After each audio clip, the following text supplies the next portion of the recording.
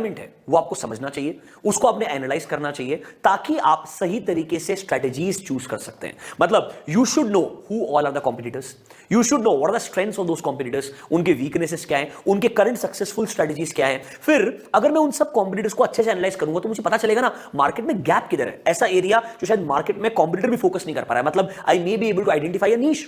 तो इसीलिए competitive landscape एक तरीके से कॉम्पिटिशन को एनालाइज करने का मैकेनिज्म है, जिससे आपको एक इंडस्ट्री के अंदर ये समझ में आएगा एक कॉम्पिटिटिव सिनेरियो कैसा है और आप शायद सही स्ट्रेटजीज को चूज कर पाएंगे। दैट प्रोसेस और that framework can be called as competitive landscape. Sir इसमें करना क्या है, कुछ आपको स्टेप्स इन्वॉल्व दिए हैं कि नॉर्मली क्या क्या स्टेप्स इन्वॉल्व होते हैं when you are understanding and evaluating the competitive landscape of a particular industry. तो यहां पर सबसे पहले कॉम्पिटिटिव लैंडस्केप का मतलब क्या है और फिर क्या स्टेप्स इन्वॉल्व है, दोनों को डिस्कस करेंगे। एग्जाम में ये ऑलरेडी 2-3 अटेम्प्ट पहले भी पूछा है, उसके पहले भी बहुत बार पूछा जा चुका है। Let's understand the question. देखो, competitive landscape is a business analysis.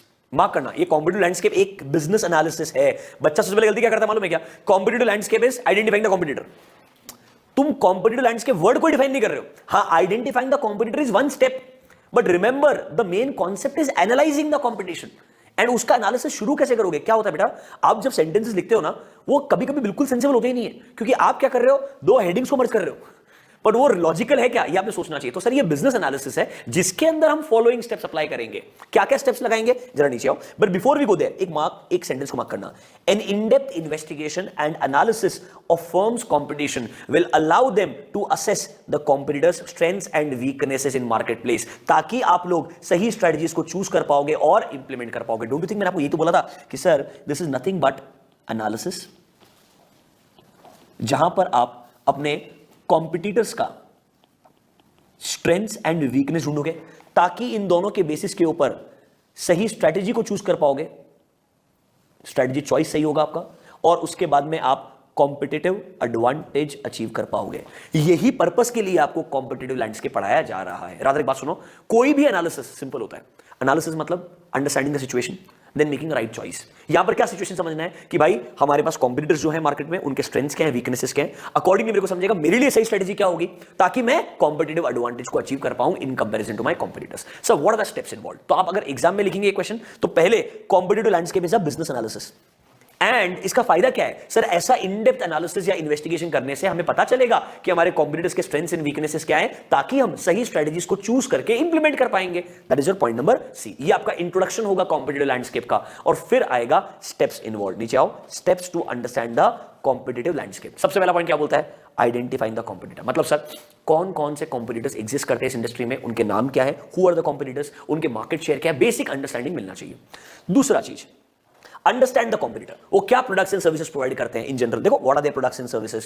Sir क्या प्रोडक्ट्स एंड सर्विसेज बहुत अच्छे प्रोवाइड करते हैं, ये थर्ड पॉइंट में कवर होगा। मतलब उनके स्ट्रेंथ्स को आपको ढूंढना पड़ेगा। What do they do well, what kind of great products they offer, उनका मार्केटिंग स्ट्रेटजी वगैरह बहुत अच्छा है क्या, एफिशिएंसी बहुत अच्छा है क्या। देखो सर उनका फाइनेंशियल पोजीशन कैसा है, क्या उनको प्राइस एडवांटेज मिल रहा है या कॉस्ट एडवांटेज मिल रहा है, क्या उनका नेक्स्ट मूव क्या हो सकता है आइडियली। मतलब इससे पता चलेगा what are they really good at.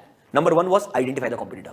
Number 2 was understand क्या प्रोडक्ट्स एंड सर्विसेज में वो डील करता है। एंड थर्ड में उसके स्ट्रेंथ्स क्या है। फोर्थ में बोलेगा उनके वीकनेसेस क्या है। मतलब मार्केट में उनका रिव्यू अगर खराब है तो क्यों खराब है, किस चीज के लिए खराब है। Let's say may be sir उनका रिव्यू खराब है आफ्टर सेल सर्विस के लिए, प्रोडक्ट बेचने में वो बहुत अच्छे हैं बट आफ्टर सेल सर्विस अच्छा प्रोवाइड नहीं करते हैं, तो शायद आपको वहां फोकस करना चाहिए। या सर आपका कॉम्पिटिटर प्रोडक्ट बनाने में अच्छा है, प्रोडक्ट का पैकेजिंग करने में अच्छा है, प्रोडक्ट का जो डिलीवरी मैकेनिज्म है, डिस्ट्रीब्यूशन चैनल जो है वो बहुत खराब है, जहां पर कस्टमर को बहुत चैलेंजेस फेस करने पड़ते हैं आइडियली। मतलब after placing the order 15 working days तक भी प्रोडक्ट डिलीवर नहीं होता, तो आपको डिस्ट्रीब्यूशन चैनल पे ज्यादा फोकस करना चाहिए। Understanding what exactly they are not good at is also equally important. इन सबसे पता क्या चलेगा, इन सबसे आपको सब कुछ एक पेपर पे लाओ, ये कॉम्पिटिटर है, ये उनके स्ट्रेंथ्स है, ये उनके वीकनेसेस है, इससे आपको गैप पता चलेगा किधर जरूरत है आपको फोकस करने का। इससे आपको आपके स्ट्रेटेजिक ऑप्शंस मिलेंगे, आपको पता चलेगा आपको कहां दिमाग लगाना चाहिए। देखो put all this information together and you will be able to understand exactly कौन से गैप्स को आपको फिल करने के बारे में सोचना है। मतलब ऐसा क्या करना चाहिए बिजनेस से इस इंफॉर्मेशन से ताकि वो अपने आप को इंप्रूव कर पाए और उनके वीकनेसेस को एक्सप्लॉइट कर पाए। ये सब स्टेप्स आपको